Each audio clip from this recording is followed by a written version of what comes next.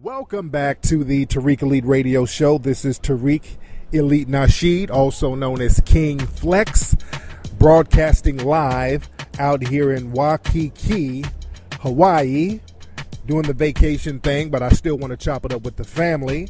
And like I said earlier, today is going to be a quick show. I just want to touch on some things with the family. And don't forget, get the tickets to join me on the Code of Conduct Tour. I'm going to be in Philadelphia, Atlanta, and Detroit in a couple of weeks, so you guys don't want to miss that. Get your discount advance tickets at TariqLive.com, family. So, anyway, excuse some of the background music. I'm literally across the street from the beach right now. I'm chilling. I'm in a tank top. I got my ugly ass Croc shoes on that I was rocking on Instagram. F the haters. You feel me? So I'm lounging heavy. But anyway, I digress. Now, I'm not going to take no calls on today's show because I want to get to the point, family. Now, a lot of people are talking about the situation that's going on down in McKinney, Texas right now. That's the hot topic. And what I want to do, I want to talk about something that I talked about on the show, on my old show, the Mac Lessons Radio Show, which you can hear at MacLessonsRadio.com. And you can also check out those old pay-per-view specials at MacLessons.com for those who have not listened to the old archive shows on the old site. But almost 10 years ago, in 2006, I did a show called Sundown Towns. I did a whole show dedicated to a book that had just come out called Sundown Towns by a guy named James Lowen. A very deep book. And, excuse me, I've been warning people about these sundown towns for almost 10 years. This is verifiable. And I'm not saying this to get a pat on the back, but sometimes with the game, with the ism, you got to kind of wait on people to catch up. And I've warned people about sundown towns almost 10 years ago. So today's topic is Sundown Towns Part 2. This is an update of the show I did almost 10 years ago on Mac Lessons Radio. This is an update of that show because now we're seeing the ramifications of sundown towns. I'm talking, I think a damn bug flew in my mouth. Hold on. God damn. Sorry about that. I'm out here by the beach and there's gnats and shit. Hold on one second. I'm talking and a big ass juicy bug got in my mouth. I thought it was some damn papaya I had earlier. My bad, family. But like I said, I want to talk about Sundown Towns Part 2 because we need a refresher course on what the deal is. Now, for those who don't know what a sundown town is, historically, sundown towns were towns and cities all around America that had these restriction policies against black people being there after dark. Many of these cities around the country would put up signs, and this was before the 1960s, where they would be very blatant and open about not having black people in these cities and towns after 6 o'clock. They would have signs saying, hey, nigga, don't let the sun sit down on you in such and such city. And many of these cities were not just in the South, but many of them were in northern cities. As a matter of fact, most of these sundown towns were in northern cities around the country and in western cities around the country, in towns. Like Glendale, California is a sundown town, or was a sundown town, but it still has those sundown policies, and they're all over the place. A lot of these places have that sundown policy. That's why black people have always had this thing about, the old school black folks had this thing about being home before the street light came on. And the reason why, because the street light came on at around 6 o'clock, and by 6 o'clock, black folks needed to be out of certain parts of town.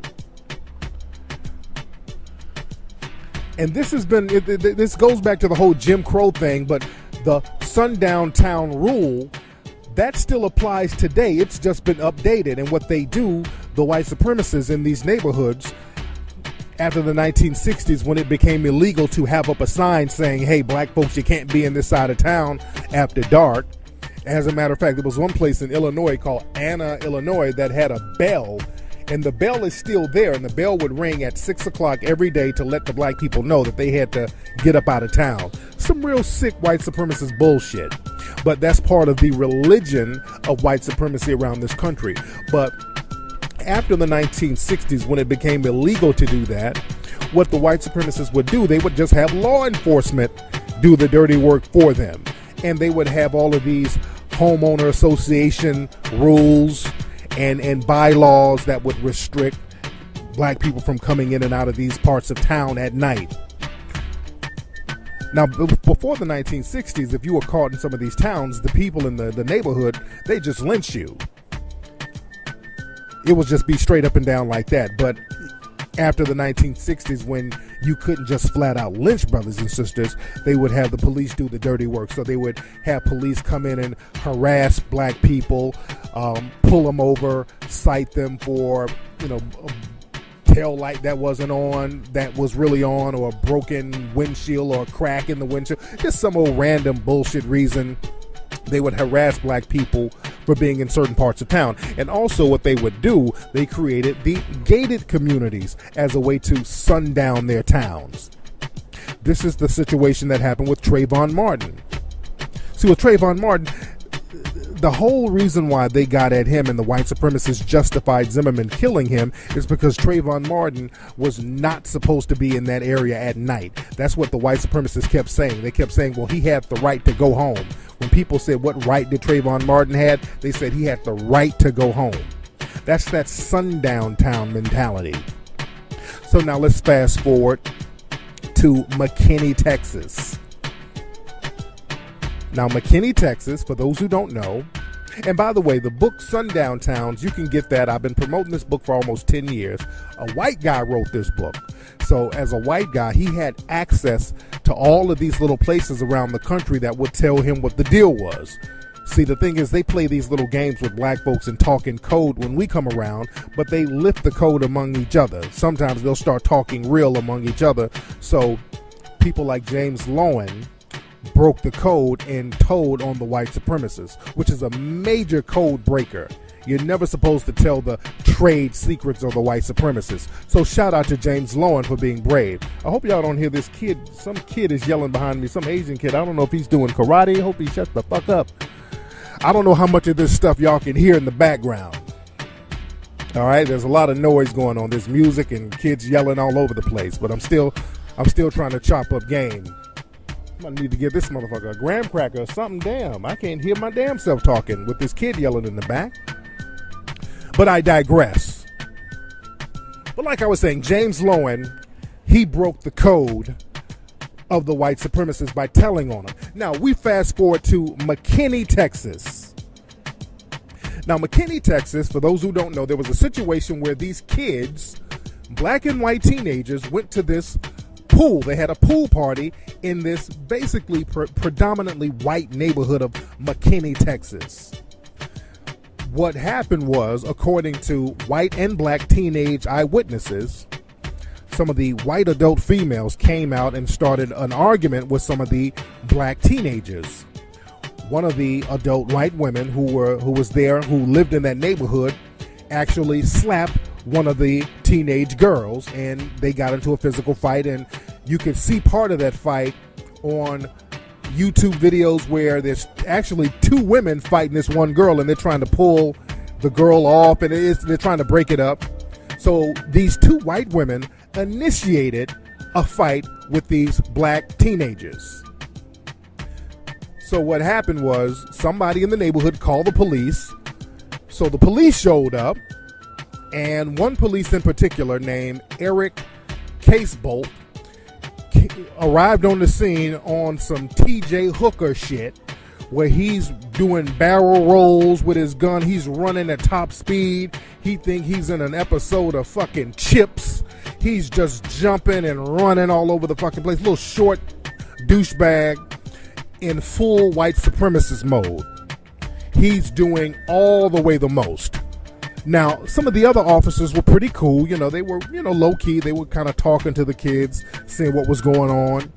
But this Casebolt dude, this was his moment to shine in all of his little suspected white supremacist glory. This was his moment. This was the little race soldier pretending to be a cop, using this as an opportunity to go in. So he's running around doing barrel rolls, jumping all over the place, cursing out all the black kids. He's literally knocking white kids out the way to get to black teenagers, to make them sit down. He's handcuffing the black teens. He got one black girl and pulled her by her hair. He threw her on the ground. It was real crazy. For those who don't know, I mean, this has been all over the news. It's been a very hot topic.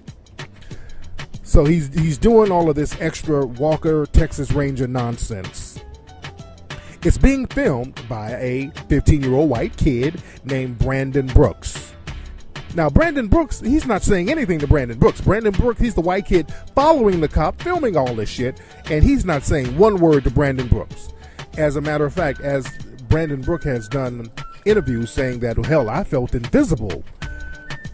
The kid is admitting that, hey, I was filming the whole thing and nobody said anything to me, but all my friends were getting gaffled up and pushed around and knocked to the ground and handcuffed, and yeah, I just felt invisible. So that was very telling for him to say that, and I get on that in a minute. So it was clearly racially motivated. The white teenager, Brandon Brooks, said, hey, this was racially motivated. All the people there were saying this is racially motivated. You could look at the video and tell that it was racially motivated. You saw this white cop running up to all of the black kids, cursing them out, pushing them around, smacking them up, and totally ignoring the white kids. This is on video. And he was gaffling the girl was not 14, she was actually 15. He was gaffling her up, pulled her down. He was sitting on her back. She's crying, oh, I gotta call my mom, I gotta call my mom. It was real sad, very despicable. So after the video came out, there was immediate backlash. Many of the white supremacist news sources and many of the white supremacists online, they tried their best to justify it, but this one you couldn't really justify. The pressure and the backlash on that town to allow that to happen, it was too great. So in a day or so, this Casebolt dude, he resigned. He resigned from the force. They allowed him to resign because they knew that the shit was going to hit the fan. The lawsuits were coming. And then the chief of police in McKinney came out in a press conference repudiating Casebolt. He was saying, hey, this guy, what he did was indefensible. He wasn't doing police work. We can't defend what he did. All the other officers did their job. So the other police officers had to distance themselves from him. But in a way, they still protected him because now he gets his pension and he can get a job somewhere else because he technically didn't get fired. So the white supremacists, again, they look out for each other low key. They distance themselves from certain people, but they still look out for them low key. And like the old saying goes, white people don't get fired, they just get transferred. That Casebolt dude is going to show up at somebody else's police force. I can almost guarantee it. And he's going to be a millionaire within a month or so because all the other white supremacists around the country, they're going to gather around and try to support this guy financially. They keep trying to put up GoFundMe pages for this guy, but they keep having the GoFundMe pages taken down. But the thing is, the thing we keep overlooking, and I did my Sunday's Ustream show last week, and a lot of people from that area were calling in talking about the racism in that city, in McKinney. They get people out there in Dallas, Fort Worth. Everybody keeps talking about how racist that town is. As a matter of fact, that town of McKinney was sued for housing discrimination against black people a few years ago. So this city has a history of being discriminatory towards black people. As a matter of fact, one of the white ladies who attacked one of the black teens said to the black teen, get out of our pool and go back to your Section 8 pool. So it was a whole racial motivated thing. And speaking of that, one of the ladies who said that, she worked at Bank of America, and people have been getting on Bank of America. People have been talking about boycotting Bank of America. Bank of America tried to distance themselves from her by saying, well, she worked for a branch that's outsourced by Bank of America called Core Logic, some kind of company. But this woman has several pages saying that she works directly for Bank of America. So Bank of America, we're looking at you real funny style right about now. And I got an account with Bank of America, and I'm thinking about taking all of my paper up out of there when I get back to LA. Because the Bank of America, they have a history of doing little white supremacist type bullshit. And we're going to have to start letting these people know you're not going to get our paper if you're going to support white supremacy, Bank of America. And this woman does home loans. So how many black people have been denied home loans because of this woman directly, because of her little white supremacist views? How many black people who tried to get business loans or home loans, you had to go through this damn Nazi and not be able to get your home loan or your business loan, and you had to suffer because this woman is a white supremacist talking about somebody needs to go back to their Section 8 home. See, this is how white supremacy works. See, the white supremacists are not people walking around with sheets and neo-Nazi signs. They're the people sitting up at the home loan organization or the bank loan place or the homeowners association. These are the white supremacists. And that's what we have to understand, how systematic this thing is. And we have to understand that McKinney is nothing more than a sundown town. Nothing more, nothing less. The reason why all this stuff went down is because they're trying to criminalize all the black kids. They're trying to justify. Even after all of the police chief, they've come out against Eric Casebolt. All of the white kids who were there came out against Casebolt saying it was racially motivated. But you still have the right-wing white supremacists, and not just right-wing. You have left-wing white supremacists too. But all of the white supremacists are trying to still justify the actions of Casebolt. And you can't justify the actions. The problem is the fact that those black kids were there, period, that was the crime in their mind. That's what they don't want to say. They keep trying to blame this whole swimming pool party, talking about, well, the homeowner association only allows 2 passes per person and all of this nonsense. Look, if you were white, you can bring anybody in there you want. Let's just be real. If you are white, you can bring in anybody you want. The fact of the matter is, if there's 6 or more black people, the white supremacists always go on alert. And that's what happened. They all went on alert because if you notice, nobody's talking about those other non-black kids who were there. Nobody's complaining about them. And this is why it was racial, because we saw on video that none of the white kids were targeted by these cops or some of these homeowner association people. There were white kids in the mix. See, that's the thing that they can't wiggle out of. See, what happened was the white kids broke the white supremacist code and told the truth for a change. And that's what we need more of. And I talk to black people about this a lot. We need to get some of these so-called liberal white folks or some of these white friends who want to hang and all that. We need them to be the whistleblowers. We need them to stop talking in code. And I've said this a million times. Start telling us what the white supremacists are saying and start telling on the other white supremacists. Because it has a lot of validity when you do it. I have white people and white sisters and brothers all the time. Hey, Tariq, I want to help. What can I do? I tell them, you need to be a whistleblower.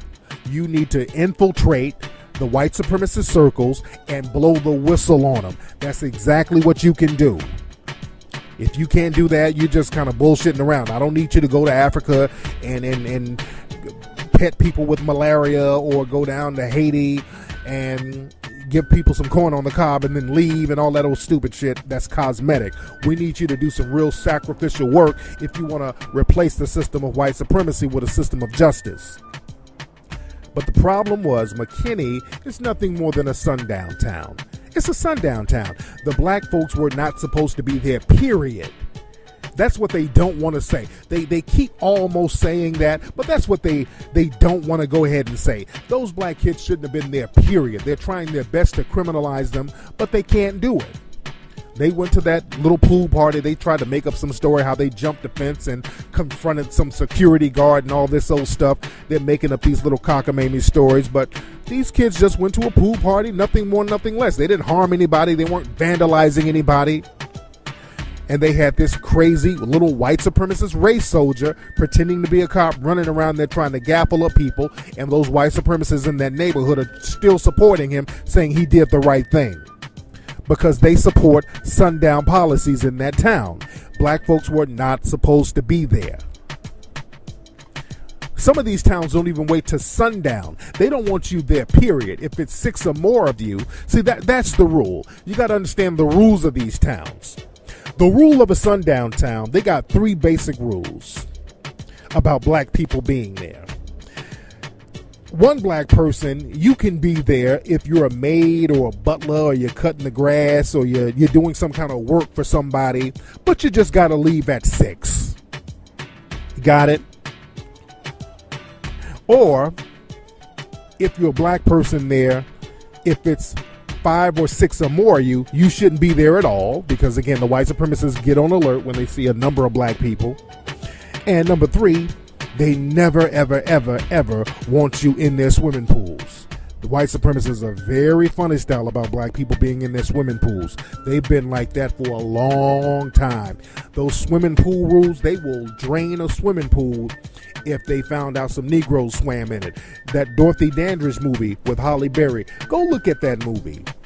I think there's a scene in that movie where Halle Berry played her, and she was at a hotel. In the movie, the setting is in the 1940s and 50s, and the setting was that Dorothy Dandridge swam at a hotel swimming pool, and some white supremacists there complained. So the hotel had to apologize to the white guest, and then they had to say, okay, we're going to drain the pool immediately. So that's how sick these white supremacists are. They're real funny style about black people swimming with them. That's been a real big taboo with the white supremacists. Back in the 1950s and 60s, when they were trying to integrate schools and swimming pools, white supremacists would go out and pour acid in the swimming water when black people got in. They would have colored day and white day and all this old stuff for swimming pools. So they've always been real funny style about their swimming pools, because swimming, that's a very intimate thing. People are half naked. You got the water splashing on each other. You're in the same proximity. You're in the same boat, so to speak. So psychologically, the white supremacists, they have to be above you. And if you're having a recreational moment with the white supremacists, well, they don't feel so supreme. You understand how the white supremacists think? The white supremacists, they get off on being in a situation that's superior to people who are black.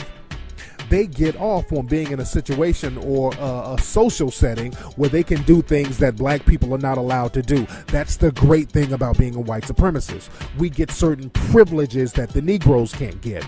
So we like the privilege of swimming and recreation. So what fun is it to have recreation and swim, and you got a Negro here swimming with me? Now, I don't feel supreme no more.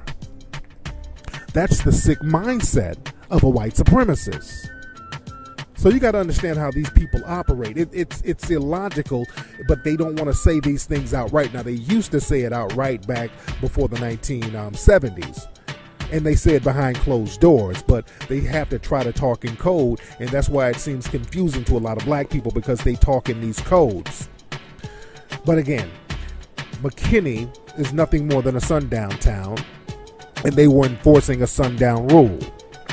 Now, the white supremacists, they're doing their best to try to criminalize these poor, innocent kids who are out there, these black kids.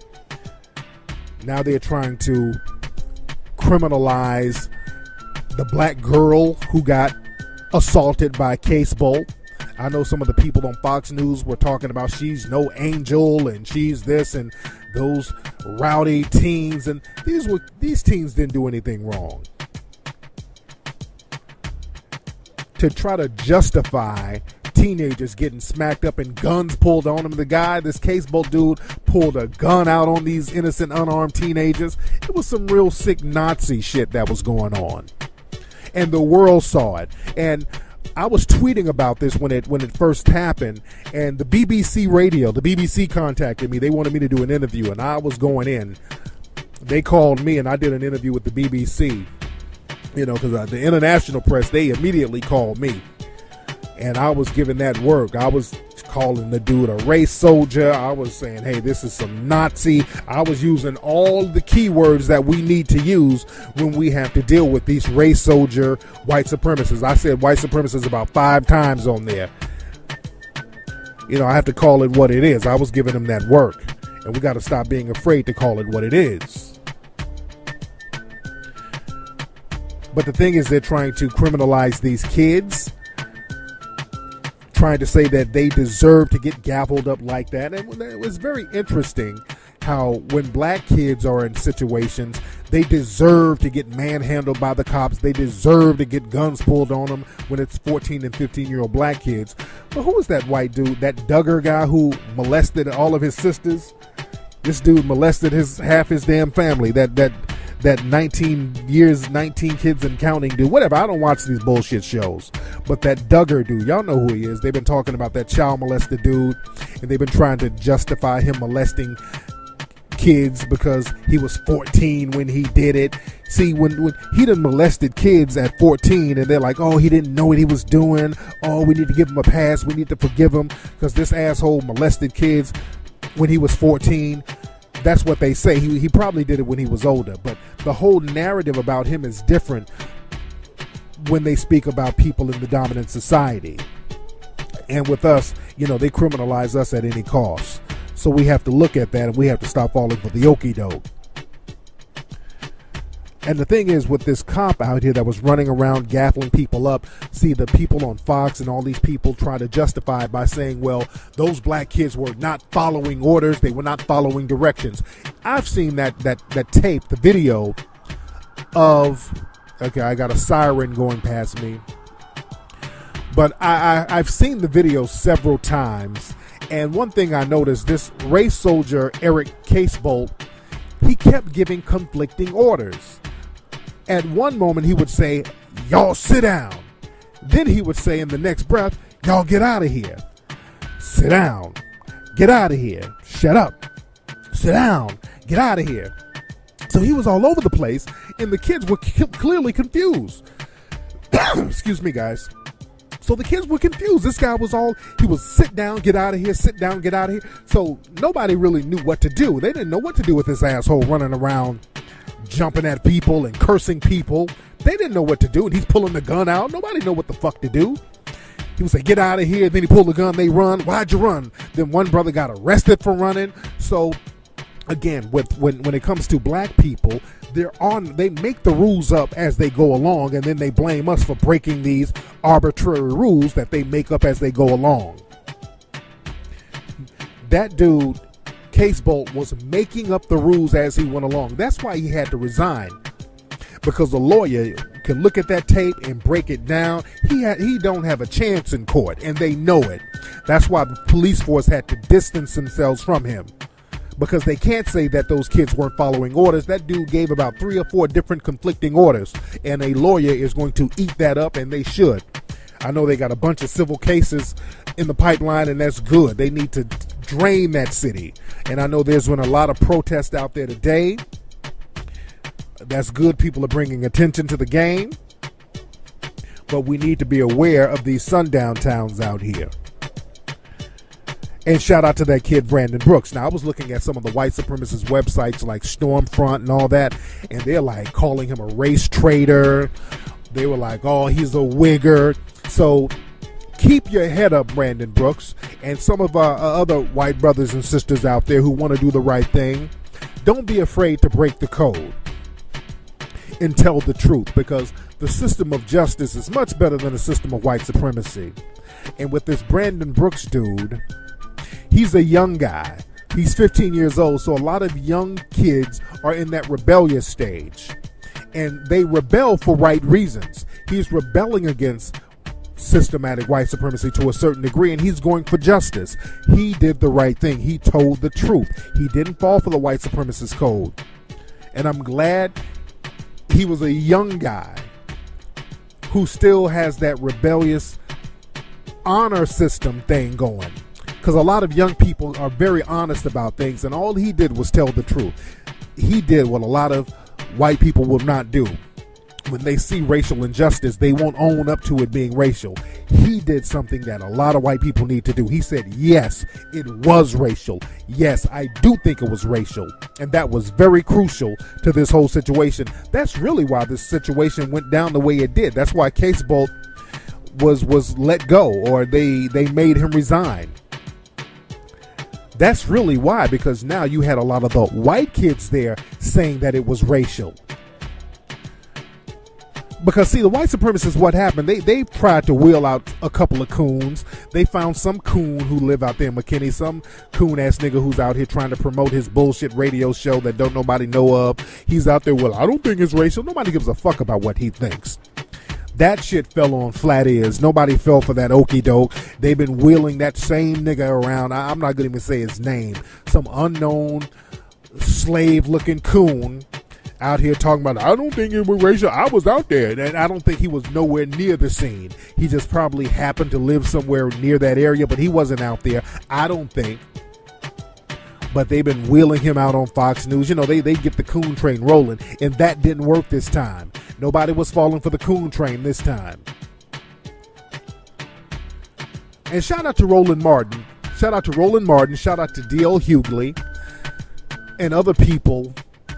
We've been calling out some of these white feminist organizations for not speaking out against situations like this. Y'all know me. I've been calling out these white feminist organizations for years for keeping silent when black women get abused and beat up by cops. I've been going in on these people for years, and now black people are waking up and they're starting to see the picture, and they're starting to call these people to the fire. And shout out to Roland Martin from TV One. He said, hey, how come some of these white feminist organizations ain't saying nothing about this black girl, a child, getting her ass whooped by this cop? This cop sitting on her back? Where are these white women groups? And reluctantly, now the National Organization of Women, they put out a press release saying, okay, well, the cop was wrong and racism is bad and the cop need to pay. So they reluctantly stood up and put out a press release. Now, they could do more, but they put out a press release to say, hey, we did something. But we made them do that, by the way. So shout out to all the brothers and sisters out there who put the fire under their asses. We need to do more of that. And another thing, out there in McKinney, you notice how all the white vigilantes were allowed to assist the cops? Notice how they were allowed to assist the police officers out there gaffling up those black students. There was one fat suspected white supremacist out there in a tan shirt. We're trying to find out his name. Some people said his name was Skip Davis or something, but that might not be Skip Davis. That might not be his name based on my research.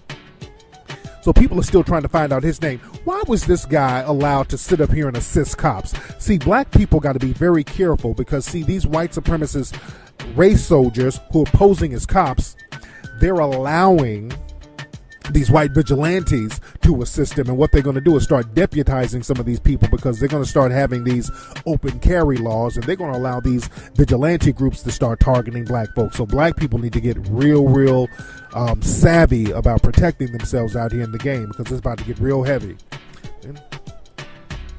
But the thing is, we put up some stories on melanoidnation.org of other former cops who were white talking about the racism in the McKinney Police Department. Go to melanoidnation.org. We've been running all types of stories. We also pointed out, we ran a story about how Eric Casebolt had a racial discrimination case against him before. He was sued for racial bias by another black man some years ago. So this Casebolt dude has a history of targeting people based on race. We put all that up on melanoidnation.org. So he knew his goose was cooked. You know, he didn't stand a chance. It was going to go down. So, you know, the white supremacists, they had to reposition him very, very quickly. So the thing is, we got to understand this, black people, melanoid folks. We don't want to celebrate too much right now because our thing is we get a little victory going on. The guy got fired. And also there was a teacher down in Miami who's, I guess he's supposed to be Hispanic or whatever, a white Hispanic teacher down in Miami who put on his Facebook that he supported what the officers did to those kids, saying that the kids deserved it, and he supported the actions of Eric Casebolt for gaffling up the kids. And this white Hispanic guy happened to be a principal at a school in Miami that's 85% black. I think it might even be 99% black, but it's a predominantly black school that this white Hispanic is supposed to be the principal of, and he's saying this stuff about how these black kids deserve to get gaffled like that. So they didn't fire him. They reassigned him. Again, with these suspected white supremacists, they never get fired. They only get reassigned and repositioned. They only get transferred. So we need to find out where he's getting transferred and give them that work too. That's the thing. Don't let these little white supremacists play hot potato. And another thing, the lady from the who got in a fight initially with the black girl, the white lady, her name is Tracy something. I can't think of her name right now. But that's the one who worked for Bank of America. Now, from what I understand, she's from where I'm from. She's from Simi Valley, California. Now, for those who don't know about Simi Valley, California, my Los Angeles people know about Simi Valley, California. Simi Valley, California is a little white supremacist rest haven. That's where, in the Rodney King case, instead of having the case in downtown Los Angeles, they took that case out to Simi Valley, and those jurors out there in Simi Valley acquitted all of those cops for beating Rodney King's ass because they knew that Simi Valley was a white supremacist rest haven. And that's where she's from. So that gives you an idea of her mentality. That Sundown mentality. They know, the white supremacists know who the other white supremacists are. So the thing is, we got to understand, let's not celebrate too soon, because the white supremacists, they don't like taking L's. So with this Eric Casebolt situation, the white supremacists took an L on that one. But trust and believe, they're at the drawing board right now, coming up with ways and solutions to make sure that this don't happen again. So they're working overtime behind the scenes right now, trying to tighten up the cracks here so this won't happen. So we got to get on the ball, and we got to not celebrate and not have our little victory laps. We got to tighten up our situation and get that melanoid empowerment going on, family, and start strategizing and continuing to be on that path of melanoid empowerment. And we need to get that code of conduct too, like these white supremacists have a code of conduct against us, family. Anyway, y'all, that's been today's episode of the Tariq Elite Radio Show. Don't forget, family, get tickets right now to join me live on tour, the Code of Conduct Tour, and that's what I'm going to talk about, some of the Code of Conduct rules that we need to abide by. We're going to have a very good discussion on this tour. I'm going to be in Philadelphia, July 5th, that's Sunday, the 4th of July weekend.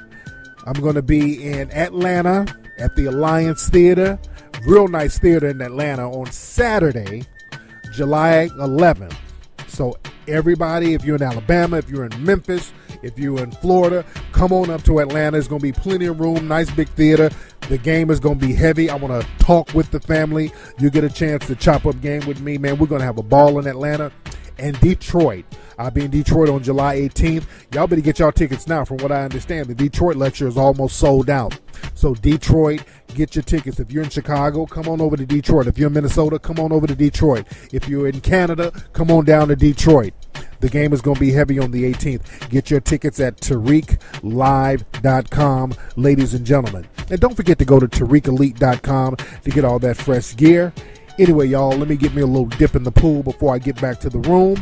I'm going to holla melanoid power in these cities and towns after 6 o'clock. They would have signs saying, hey, nigga, don't let the sun sit down on you in such and such city. And many of these cities were not just in the South, but many of them were in northern cities. As a matter of fact, most of these sundown towns were in northern cities around the country and in western cities around the country. In towns like Glendale, California is a sundown town, or was a sundown town, but it still has those sundown policies, and they're all over the place. A lot of these places have that sundown policy. That's why black people have always had this thing about, the old school black folks had this thing about being home before the street light came on. And the reason why, because the street light came on at around 6 o'clock, and by 6 o'clock, black folks needed to be out of certain parts of town. And this goes back to the whole Jim Crow thing, but the Sundown Town rule, that still applies today. It's just been updated. And what they do, the white supremacists in these neighborhoods, after the 1960s, when it became illegal to have up a sign saying, hey, black folks, you can't be in this side of town after dark. As a matter of fact, there was one place in Illinois, McKinney, Texas right now. That's the hot topic. And what I want to do, I want to talk about something that I talked about on the show, on my old show, the Mac Lessons Radio Show, which you can hear at maclessonsradio.com. And you can also check out those old pay-per-view specials at maclessons.com for those who have not listened to the old archive shows on the old site. But almost 10 years ago, in 2006, I did a show called Sundown Towns. I did a whole show dedicated to a book that had just come out called Sundown Towns by a guy named James Lowen. A very deep book. And, excuse me, I've been warning people about these sundown towns for almost 10 years. This is verifiable. And I'm not saying this to get a pat on the back, but sometimes with the game, with the ism, you got to kind of wait on people to catch up. And I've warned people about sundown towns almost 10 years ago. So today's topic is sundown.